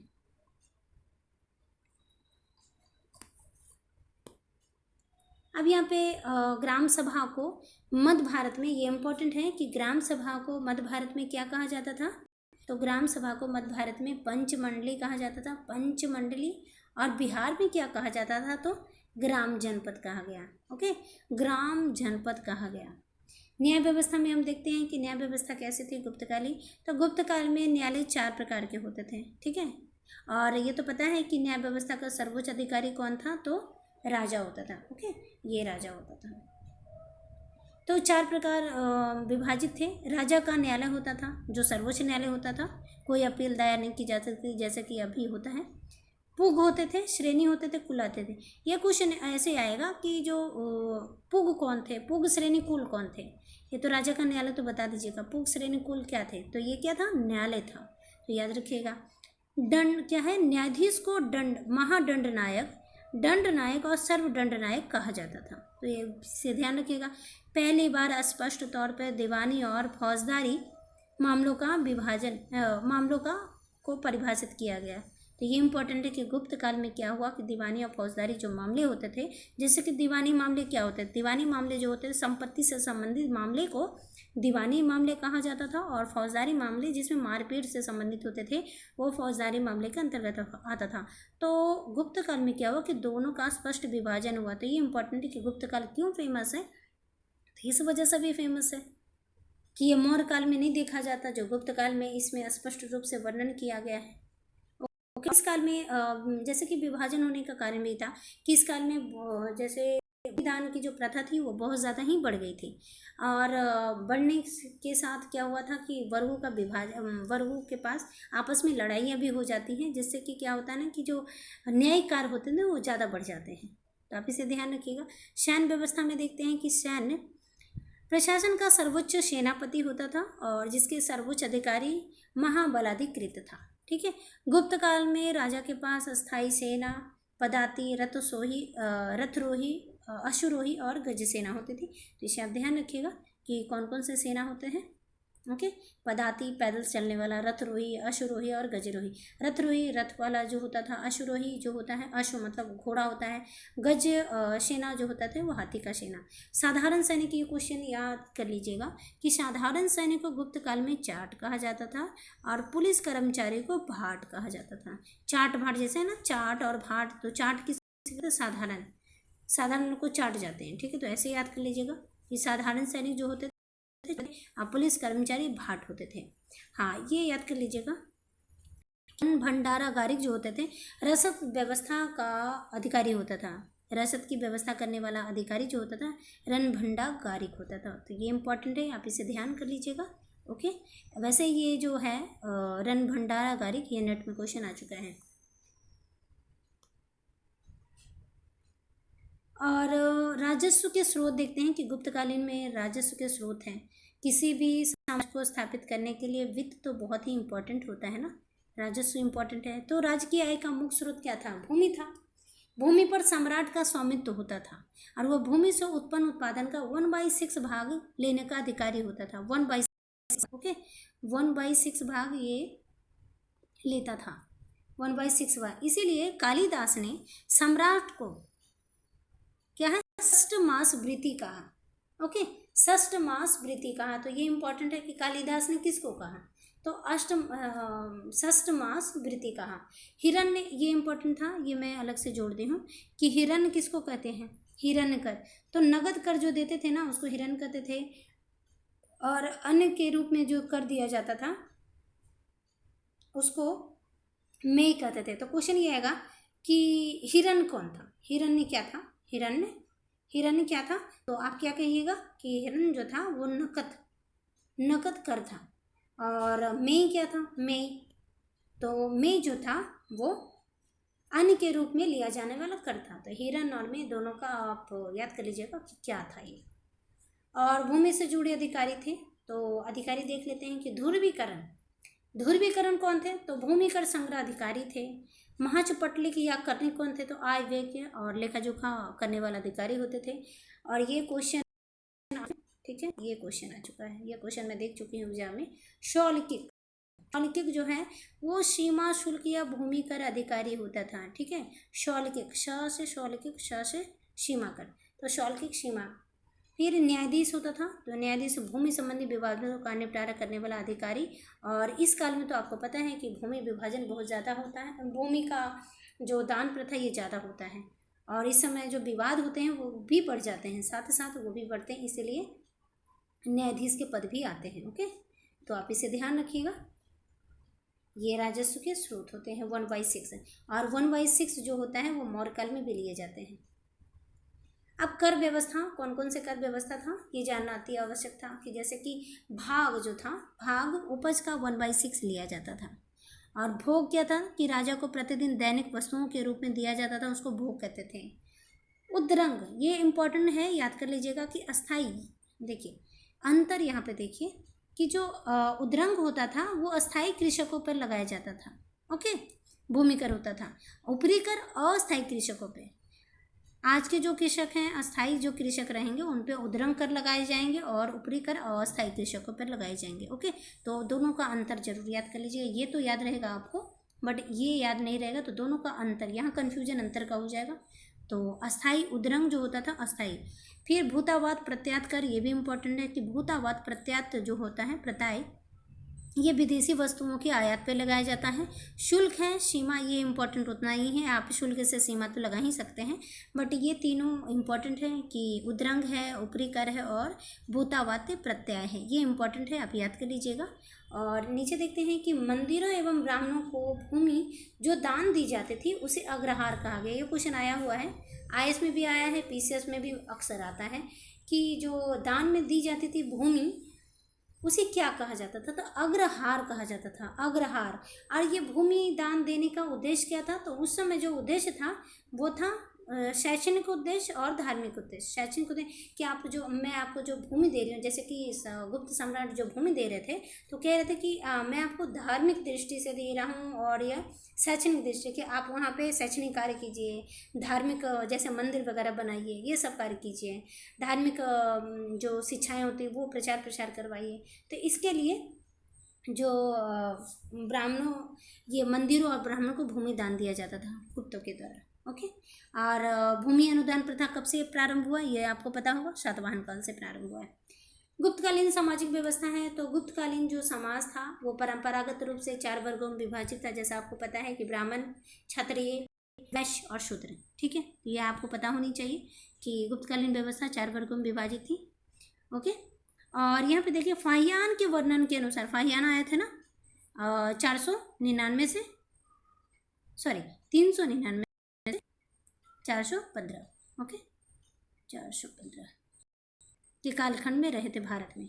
तो फाहियान के वर्णन से ज्ञात होता है कि गुप्त काल अदृश्य क्या है, अस्पृश्य, अस्पृश्य वर्ग जिन्हें अंतज या चांडाल कहा गया, इनका वर्णन इन्होंने कहा है कि जब चांडाल जब नगर में प्रवेश करते थे तो लोग उनसे दूर भागते थे। ठीक है, उनके परछाई से भी लोग दूर भागते थे, तो उन्हें अछूत जाति माना गया। ठीक है, और ये क्या चांडाल लोग जो थे वो मांस मंदिरा खाते थे, उसका विक्रय क्रय विक्रय भी करते थे, तो आप ध्यान रखिएगा। इस काल में शूद्रों की जो आर्थिक स्थिति में सुधार हुआ, क्योंकि भूमि का जो भूमि का दान दिया जाता था, इस वजह से उनको खेती करने के लिए भी मिल गया था, तो शूद्रों की स्थिति अच्छी हो गई थी। वो क्वेश्चन आएगा कि क्या शूद्रों की स्थिति गुप्तकालीन में अच्छी हुई थी, तो हाँ, गुप्तों के काल में शूद्रों की स्थिति अच्छी हुई थी। नई जातियों में भूमि अनुदान प्रथा के कारण कायस्थों का उदय, नई जातियों जैसे कि बहुत सारे जो भूमि था ना, जंगली भूमि को भी दान में दे दिया गया। तो जब जंगली भूमि को दान में दे दिया गया तो वो जंगली भूमि था उसको उर्वर बना दिया गया। ठीक है, उसको उर्वर बनाने के साथ साथ नई जातियों का उदय हुआ, कायस्थ वर्गों का उदय हुआ। और कायस्थों का सर्वप्रथम जो वर्णन होता है याज्ञवल्क्य की स्मृति में। याज्ञवल्क्य, कायस्थों को क्वेश्चन ये आएगा कि याज्ञवल्क्य का वर्णन सर्वप्रथम किस में आता है, तो याज्ञवल्क्य स्मृति में कायस्थों का वर्णन याज्ञवल्क्य स्मृति में। आज जाति के रूप में कायस्थों का वर्णन, कायस्थ तो एक जाति भी है, तो कायस्थों का वर्णन जाति के रूप में किस में मिलता है, ओशनम स्मृति में। आप याद रखिएगा, ओशनम स्मृति में। स्त्रियों की स्थिति क्या थी गुप्त काल में, तो पहले की अपेक्षा गिरावट आई। कारण क्या था, उपनयन संस्कार, जो पहले स्त्रियों का उपनयन संस्कार किया जाता था वो अब नहीं होने लगा। ओके, अल्प आयु में विवाह होने लगा, जो बहुत प्रॉब्लम है। सती प्रथा ये भी होने लगी कि पति के साथ पत्नी भी अपने शरीर का दाह करती थी, जो बहुत ही गलत था। पर्दा प्रथा था, वेश्यावृत्ति का प्रचलन था। ठीक है, तो ऐसी स्थिति थी। और एक इम्पॉर्टेंट पॉइंट ये है कि स्त्री शिक्षा का प्रचलन था, पर आप ये मत समझिए कि स्त्री शिक्षा का प्रचलन संपूर्ण गुप्त काल की स्त्रियों का था। ऐसा नहीं था कि जो स्त्रियां होती थी, बड़े घर की स्त्रियां थी, तो वो शिक्षा ग्रहण करती थी। जैसे कि अमर सिंह का जो पुस्तक है अमरकोश में शिक्षित, जैसे उपाध्याय ये सब स्त्री के लिए वर्ड आए हैं कि स्त्रियां जो होती थी वो शिक्षा ग्रहण करती थी।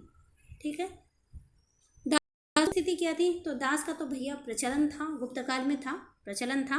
और मनुस्मृति में 7 प्रकार के दास, ये याद रखिएगा कि मनुस्मृति में 7 दास का वर्णन, नारद स्मृति में 15 प्रकार के दास का उल्लेख मिलता है, तो आप इसे ध्यान रखिएगा। ओके, हाँ, गुप्तकालीन अर्थव्यवस्था जो है वो आधार क्या था, तो कृषि था। आप जानते हैं कि भारत एक कृषि प्रधान देश है, तो आज से नहीं बल्कि प्राचीन काल से ही भारत एक कृषि प्रधान देश है। जैसे कि हर आप साम्राज्य में, जैसे मौर्य काल में भी देखते हैं कि कृषि प्रमुख था, फिर गुप्त काल में भी देखते हैं कृषि प्रमुख, ये कृषि प्रमुख था। ठीक है, अर्थव्यवस्था का आधार कृषि था। अब बृहद संहिता में 3 प्रकार के फसलों की जानकारी मिलती है, ये आपको यूं ही बता दी है। उसमें 12 प्रकार के भूमि का उल्लेख मिलता है। ओके, 12 प्रकार के, तो इससे ये पता चल गया ना कि भूमि की प्रकार थी, यानी कि भूमि के प्रकार के अनुसार खेती भी होती थी। 3 प्रकार के फसल का उल्लेख मिला है, मतलब 3 फसलों का भी, फसलों की चर्चा के साथ साथ फसल उगाए जाते होंगे, तभी तो कृषि प्रमुख था। ठीक है, राज्य करता था। ठीक है, राज करता था। उदाहरण के लिए स्कंद अभिलेख में सुदर्शन झील का निर्माण जो किया था, किसके लिए किया था? तो आसपास के क्षेत्रों में सिंचाई व्यवस्था को संचालित करने के लिए। ठीक है, किन्ने? चक्रपालिक ने किया था। हाँ, और यहाँ पे ये इंपॉर्टेंट है, ये क्वेश्चन आया हुआ है, और ये क्वेश्चन ये है कि निवर्तन क्या है ना, निवर्तन, कुल्यावाप, द्रोणवाप, आढ़वाप, ये क्या था? तो भूमि माप का पैमाना था। ओके, भूमि माप का पैमाना था, तो आप इसे याद रखिएगा, ये क्वेश्चन आ चुका है। और भूमि के प्रकार क्या क्या थे? जैसे गुप्तकालीन व्यवस्था में क्या क्या भूमि के प्रकार थे? जैसे क्षेत्र, तो क्षेत्र क्या था? तो खेती के लिए उपयुक्त भूमि होता था, वो क्षेत्र होता था। ठीक है, वास्तु क्या होता था? तो वास्तु जो है वो वास करने योग्य होता था। वास करने, एक आकार मतलब हट गया है, वास करने योग्य भूमि को वास्तु कहा जाता था। खिल किसको कहते थे? तो जो भूमि जोती नहीं जाती थी। ठीक है, तो जो भूमि जोती नहीं जाती थी उसे खिल कहा जाता था। अपृहत भूमि, यहाँ पे एक ही इंपॉर्टेंट है। ठीक है, ये इंपॉर्टेंट है, आप सीखिए, बाकी सब आपको याद रहेगा। अपृहत, बिना जोती गई भूमि को अपृहत कहा गया। बिना जोती गई जंगली भूमि को अपृहत कहा गया। तो गुप्त काल में अपृहत किस लिए आया है? ठीक है, तो अपृहत जो है बिना जोती गई भूमि, गोचर भूमि, पशुओं को चारा योग भूमि, तो आप इसे ध्यान रखिएगा। वाणिज्य व्यवस्था क्या थी? तो वाणिज्य व्यापार, तो गुप्त काल में जो था कृषि इंपॉर्टेंट था अर्थव्यवस्था के लिए, तो उसी तरीके से व्यापार वाणिज्य के लिए कृषि के साथ साथ वस्त्र उद्योग था। ठीक है, वो भी तो कृषि से जुड़ा हुआ है। तो उद्योग जो था वो वस्त्र उद्योग था। अमरकोश में कताई, बुनाई, हथकरघा आदि का उल्लेख मिलता है, ये सब वर्ड का उल्लेख मिलता है अमरकोश में। मेहरौली का लौह स्तंभ गुप्तकालीन धातु निर्माण कला का, मतलब कि धातु निर्माण भी प्रचलित था, तो उसका उदाहरण किस में देखते हैं? तो महरौली का लौह स्तंभ देखते हैं ना, महरौली का लौह स्तंभ, महरौली का लौह स्तंभ मिलता है, मतलब धातु कला प्रचलन में था गुप्त काल में। मंदसौर अभिलेख में पटवाई श्रेणी, रेशम बुनकरों की श्रेणी ने एक भव्य मंदिर का निर्माण कराया था। और इंदौर अभिलेख में तौलिक, जो तौलिक श्रेणी होते हैं, उन सभी श्रेणियों का उल्लेख मिलता है। ओके, अब यहाँ पे ये देखें व्यापार वाणिज्य व्यवस्था कैसे थी गुप्त काल में, थोड़ा सा मैं बता देती हूँ।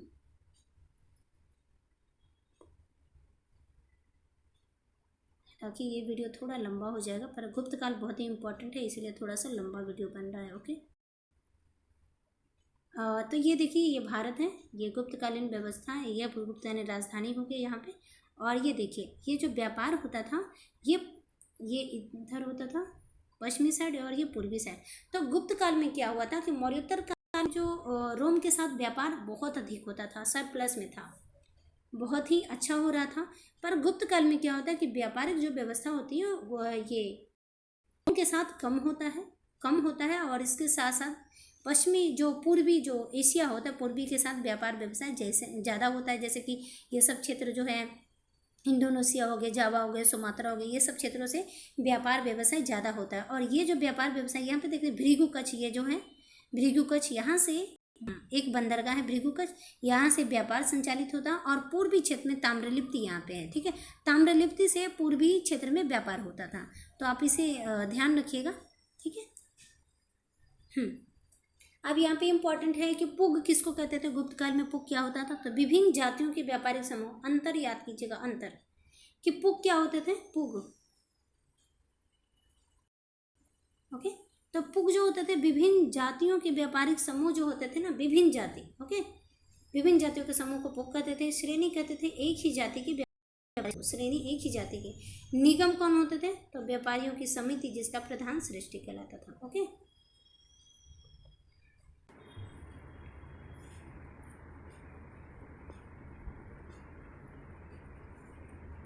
और यहाँ ताम्रलिप्ति पूर्वी बंदरगाह का भारत होता था, पूर्वी भारत का बंदरगाह ताम्रलिप्ति।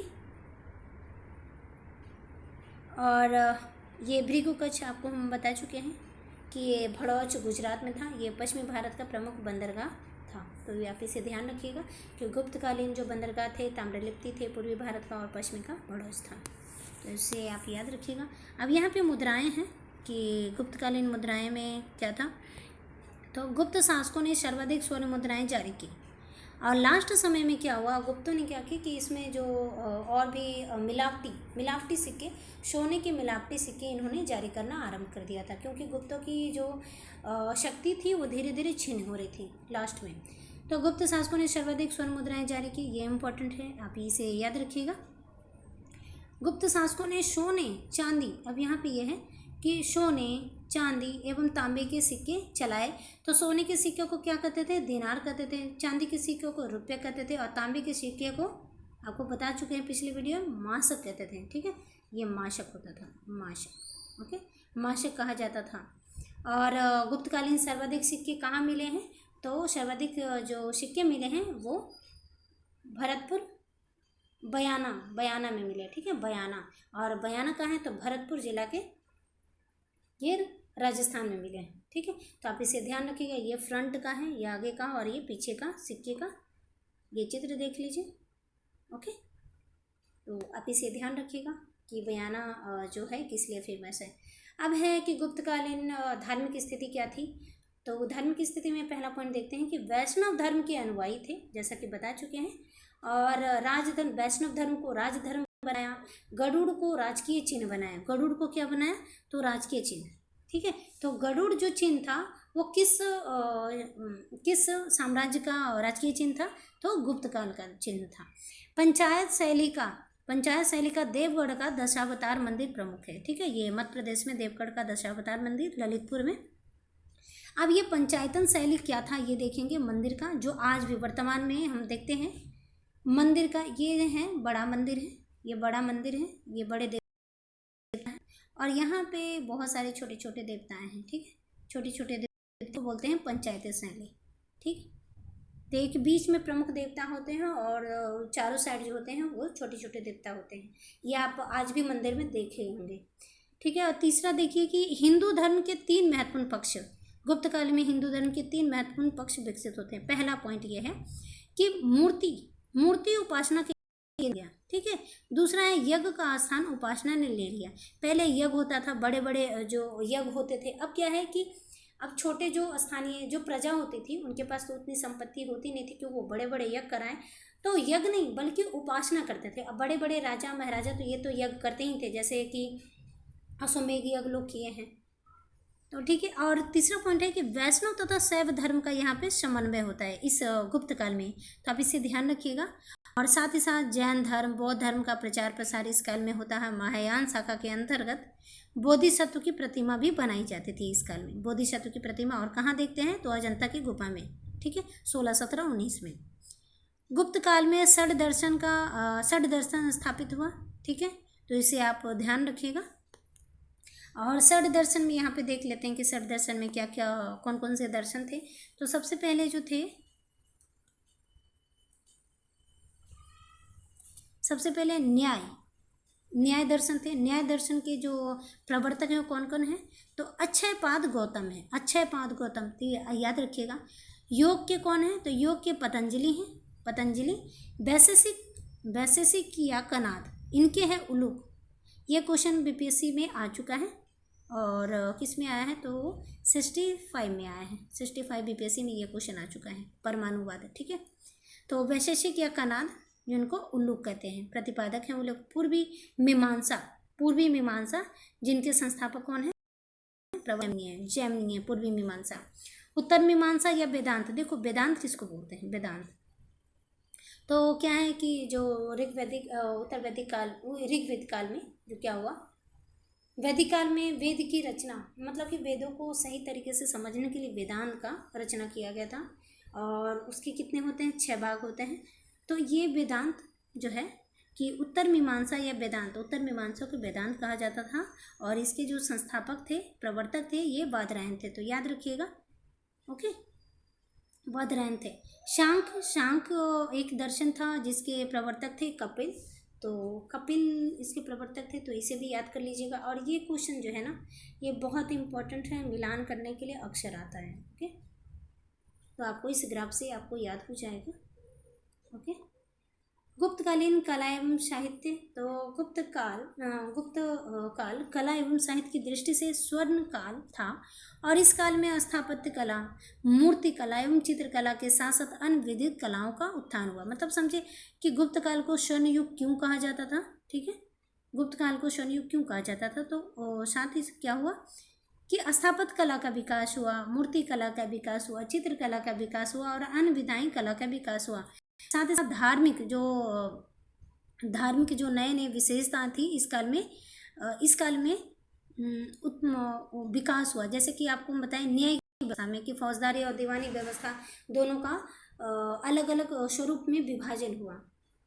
ठीक है, तो आप इसे ध्यान रखिएगा कि गुप्त काल को स्वर्ण युग क्यों कहा जाता है। स्थापत्य कला, मूर्ति कला, चित्रकला, विविध कलाओं का विकास हुआ। सबसे पहली बात यह है कि मंदिर निर्माण कला का जो विकास हुआ वो गुप्त काल में हुआ। ठीक है, और भारतीय मंदिर निर्माण के शिखर का निर्माण संभवतः पहली बार देखा जाता है दशावतार मंदिर। कहाँ है? ललितपुर मध्य प्रदेश में है। और ये जो मंदिर कैसा है? तो पंचायतन शैली बता चुके हैं।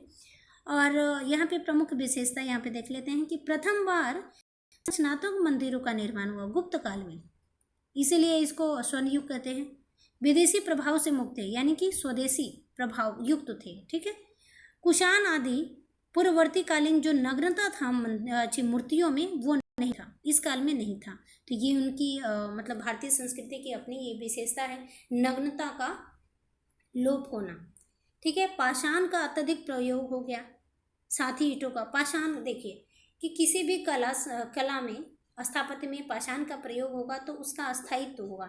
जो पत्थरों का प्रयोग होगा तो वो अधिक दिनों तक टिकेगा। जैसे कि आज भी हम जो गुप्तकालीन मंदिर हैं उसके भग्नावशेष आज भी देखते हैं, तो पाषाण का प्रयोग हुआ, साथ ही ईंटों का प्रयोग हुआ। ओके, तो इस वजह से भी गुप्त काल को हम स्वर्ण युग कहते हैं। ओके, तो इसे याद।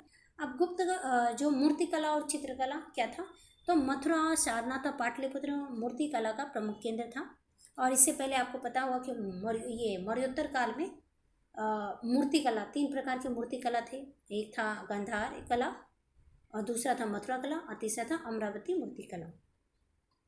तो यहाँ भी वही है कि मथुरा, सारनाथ, पाटलिपुत्र मूर्ति कला का प्रमुख केंद्र था। गुप्त काल के चित्रों के अवशेष जो थे वो कहाँ कहाँ मिले हैं, तो ये याद कीजिए। बाग में, अजंता में और बादामी की गुफाओं में देखा जा सकता है। ठीक है, अजंता की गुफा जो थी वहाँ पे 29 गुफाएं थी। अजंता में 29 गुफाएं थी, जिसमें से 16, 17 कालीन है। ठीक है, 16, 17 और 19 अजंता की गुफाएं बौद्ध धर्म से संबंधित है, आप इसे याद रखिएगा। जिसमें बोधिसत्व पद्मपाणि का चित्र सर्वाधिक प्रमुख है। ये देख रहे हैं कि बोधिसत्व पद्मपाणि का ये चित्र दिया हुआ है, ये चित्र है। ओके, आप इसे याद रखिएगा कि बोधिसत्व पद्मपाणि का चित्र है, और 16, 17, 19 ये इंपॉर्टेंट है, आप इसे याद रखिएगा। गुप्तकालीन प्रसिद्ध मंदिर बहुत ही इंपॉर्टेंट है। ये मंदिर देखें, ये गुप्त काल का प्रमुख मंदिर है, प्रारंभिक मंदिर, और ये भग्नावशेष बचे हैं। देख लें, ये शिखर। तो तिगवा का मंदिर जो है, तिगवा का मंदिर जबलपुर मध्य प्रदेश में है। भूमरा का शिव मंदिर जो है सतना मध्य प्रदेश में है। खो का शिव मंदिर मध्य प्रदेश में है। ठीक है, शिव मंदिर 2 है, भूमरा का शिव मंदिर, खो का शिव मंदिर मध्य प्रदेश में है। नचना कुठार का पार्वती मंदिर पन्ना में है, पार्वती मंदिर पन्ना मध्य प्रदेश में है। ओके, और देवगढ़ का दशावतार मंदिर यहाँ झांसी दिया हुआ है। वैसे पता नहीं झांसी होगा कि नहीं, मुझे तो लगता है ललितपुर होगा, ये आप देख लीजिएगा, उत्तर प्रदेश में है। सॉरी, ये उत्तर प्रदेश में है। और भीतरगांव का मंदिर जो है वो कानपुर उत्तर प्रदेश में है। तो आप इसे याद रखिएगा। देवगढ़ का दशावतार मंदिर आपको कितनी बार बता चुके हैं, वो गलत है। ठीक है, झांसी उत्तर प्रदेश में है। ओके, शिक्षा एवं साहित्य का, तो गुप्त काल में पाटलिपुत्र, वल्लभी, उज्जैनी, नालंदा, काशी और मथुरा शिक्षा के प्रमुख केंद्र थे। तो आप इसे याद रखिएगा। और इस काल में आर्यभट्ट इस काल के सबसे महान वैज्ञानिक, गणितज्ञ और खगोल शास्त्री थे। आर्यभट्ट ने प्रमाणित किया कि, ये प्रथम बार प्रमाणित किया कि पृथ्वी गोल है और वह अपनी धुरी पर घूमती है, और शून्य की खोज भी आर्यभट्ट ने ही की है, ऐसा माना जाता है। वराहमिहिर, ये ज्योतिष के प्रमुख सिद्धांत को प्रतिपादित किया, और इनकी जो प्रमुख पुस्तक है पंच सिद्धांत का नामक ज्योतिष ग्रंथ की रचना की है। तो क्वेश्चन ये आएगा कि पंच सिद्धांत का किन की रचना है, तो वराहमिहिर का है। किससे संबंधित है, तो ज्योतिष ग्रंथ से संबंधित है। ओके, तो इसे आप याद रखिएगा। और ब्रह्मगुप्त ने क्या है, चक्रीय चतुर्भुज, ठीक है, चक्रीय चतुर्भुज का क्षेत्रफल और विकर्णों की लंबाई ज्ञात करने के लिए सूत्र निकाला। आप इसे ध्यान रखिएगा कि ब्रह्मगुप्त भी है, ठीक है। सुश्रुत, ये इंपॉर्टेंट है। सुश्रुत जो है शल्य चिकित्सा का पितामह कहा जाता है। उन्हें 121 प्रकार के शल्य का वर्णन किया है, गुप्त काल में ही किया है, आप ध्यान रखिएगा। शल्य चिकित्सा और सुश्रुत संहिता किससे संबंधित है, तो शल्य चिकित्सा से संबंधित है। नागार्जुन रसायन विज्ञान के, ठीक है, यहाँ पे रसायन विज्ञान के ज्ञाता थे। वाग्भट, वाघ के जो वाग्भट हैं वो अष्टांग क्या है, अष्टांग संग्रह नामक आयुर्वेद ग्रंथ की रचना करते हैं। तो ये याद रखिएगा कि अष्टांग संग्रह किनका लिखा है, तो वाग्भट का है, और किस से संबंधित है, आयुर्वेद ग्रंथ से संबंधित है। और ये लास्ट में देखते हैं कि पुराणों का जो वर्तमान रूप आज देखते हैं उसकी रचना गुप्त काल में हुई थी, और इस काल में यानी कि गुप्त काल में अनेक स्मृतियों और सूत्रों का पर भाष्य लिखे गए। गुप्त काल में नारद, यह है नारद स्मृति, पराशर स्मृति, बृहस्पति, कात्यायन आदि स्मृतियों की रचना की। तो आप इसे ध्यान रखिएगा। इसीलिए गुप्त काल को हम स्वर्ण काल कहते हैं, क्योंकि इतने सारे जो वैज्ञानिक तकनीक का विकास हुआ, अपने अपने प्रमाण दिए, जैसे आर्यभट्ट हुए, वराहमिहिर हुए, ब्रह्मगुप्त हुए, नागार्जुन हुए, ठीक है। तो बहुत सारे नवाचार का विकास हुआ, ठीक है। और यहाँ पे देख लेते हैं कि स्मृति की रचना हुई, षड दर्शन का विकास हुआ, गुप्त काल में हुआ। इसलिए इसे समग्र रूप से हम कहते हैं कि ये गुप्तों को हम स्वर्ण युग इसीलिए कहा जाता है। ओके, तो ये तो पता चल गया कि स्वर्ण युग किसे कहते हैं। और यहाँ पे पुस्तक देख लीजिए कि ये गुप्त काल में कौन कौन से पुस्तक की रचना की गई थी। तो कालिदास का हम पहले ही बता चुके हैं। तो यहाँ पे देख लेते हैं जो शेष बचे हैं कि मुद्रा राक्षस और देवी चंद्रगुप्तम के रचनाकार कौन है, तो विशाखदत्त हैं, ठीक है, मुद्रा राक्षस। यहाँ पे स्वप्नवासवदत्ता, चारुदत्ता और अरुभंग, ये भास का लिखा गया है। हर्षचरितंबरी, ये बाणभट्ट का है। और नागानंद, प्रियदर्श का रत्नावली, ये सब जो पुस्तक हैं आप इसे याद कर लीजिएगा, क्वेश्चन में आ चुका है और एग्ज़ाम में आया हुआ ये सब है, और आने की संभावना तो अक्सर बनती है, तो इसे मार लीजिएगा किसी भी एग्ज़ाम के लिए। ये सभी एग्ज़ाम के लिए इम्पोर्टेंट है बुक। ब्रह्म सिद्धांत जो है ब्रह्मगुप्त का है, और आर्यभट्टियम या सिद्धांत आर्यभट्ट का है, इसे याद कर लीजिएगा। न्यायावतार सिद्धसेन का है। पंचतंत्र विष्णु शर्मा का है, जो सबसे ज़्यादा विश्व में सबसे ज़्यादा अनुवाद किया गया है भारत की पुस्तकों में से। तो पंचतंत्र किसका है, तो विष्णु शर्मा है। इसमें बहुत सारे छोटी छोटी कहानियों का वर्णन किया गया है। नीतिसार का है, तो कामंदक का नीति शास्त्र है। ओके, तो इसे रट मान लीजिएगा। और फिर यह है कामसूत्र। कामसूत्र किसका है, तो वात्स्यायन का, ठीक है। कामसूत्र किसका है, वात्स्यायन का है। और चरक, और चरक संहिता किससे संबंधित है, तो चरक से है, ठीक है। आयुर्वेद से संबंधित है चरक संहिता। चरक रचनाकार है। मृच्छकटिकम शूद्रक हैं, ठीक है, मिट्टी का खिलौना, इसका मतलब जो होता है मिट्टी का खिलौना होता है, ठीक है, ठीक है। और योगाचार जो है अशंग का है, अशंग, ठीक है। योगाचार के रचनाकार कौन है, तो अशंग है। तो ये जब जो पुस्तक दिया है इसे आप रट्टा मार लीजिएगा, बहुत ही इम्पोर्टेंट है। और आज का समाप्त हुआ, और नेक्स्ट वीडियो में प्रैक्टिस सेट लाऊंगी, और जितने भी प्रीवियस पेपर के हो चुके हैं सभी का कलेक्शन एक साथ लाऊंगी, और साथ ही साथ जो फर्स्ट वीडियो और सेकंड वीडियो का जो भी क्वेश्चन नया बनता है उसे भी मैं क्वेश्चन में डालूंगी। और आप देखिएगा, फर्स्ट वीडियो और सेकंड वीडियो का रिवीजन कर लीजिएगा 2-3 बार। इसे 2-3 दिन के बाद में प्रैक्टिस सेट लाऊंगी। चलिए, ओके। वीडियो आपको अच्छा लगे तो आप वीडियो को शेयर करें अपने दोस्तों के यहाँ, सब्सक्राइब करें, लाइक करें। Okay, thank you.